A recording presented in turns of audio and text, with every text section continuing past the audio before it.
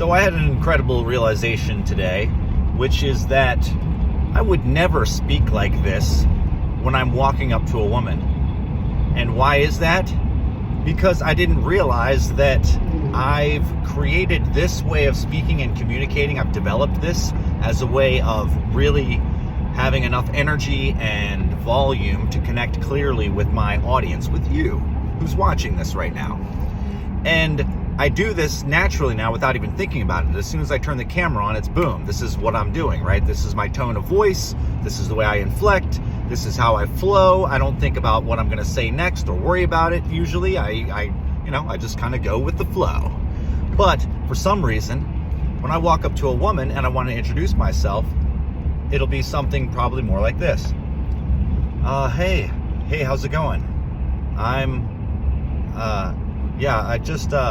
thought you were cute and I wanted to meet you. And I guess that's not totally terrible. I mean, at least I did express my interest in her and such.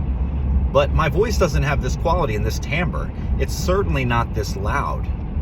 So why don't I speak this loud when I'm out in public, when I'm approaching a woman, when actually I know cognizantly,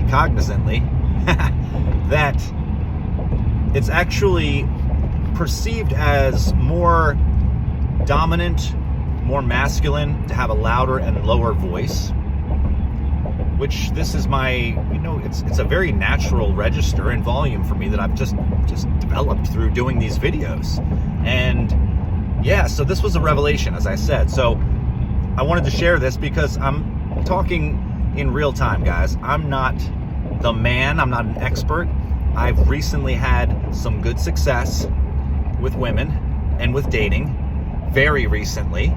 But prior to this, I've been extremely dealing with, I've been processing a lot of, for the last few years, loneliness, anxiety, nervousness, not knowing how to move the thing along, feeling like I'm never going to meet the person that I really want to connect with, to create a real deep connection and a massive amount of attraction, and all those kind of fears, that we all deal with, or that many of us deal with, when we're either, have some sort of social anxiety or fear around talking to women, or we're seeing them on some, higher pedestal because of the way that they look, or they're combined with their social status, or what have you, any of this kind of stuff.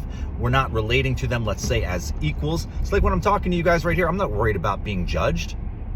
I'm not. I mean, okay, maybe once in a while, if I'm talking about a really controversial subject, that thought might come up. I will admit that, right? But for the most part, no. For the most part, no. I'm feeling very comfortable and natural. And, I feel like I can communicate what I want clearly without fear of any kind. However, when I'm in the field, right?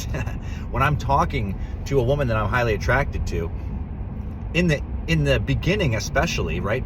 Before I've developed some level of comfort, and this is another thing I realized about myself recently.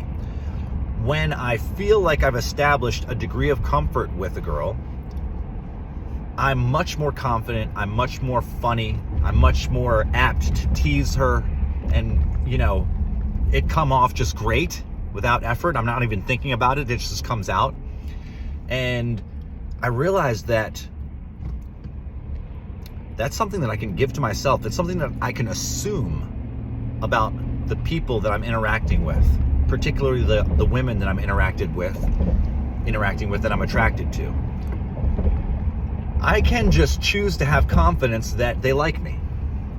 And this is sort of an Adlerian approach, right? Adlerian psychology, one of the tenets is that we treat people with confidence.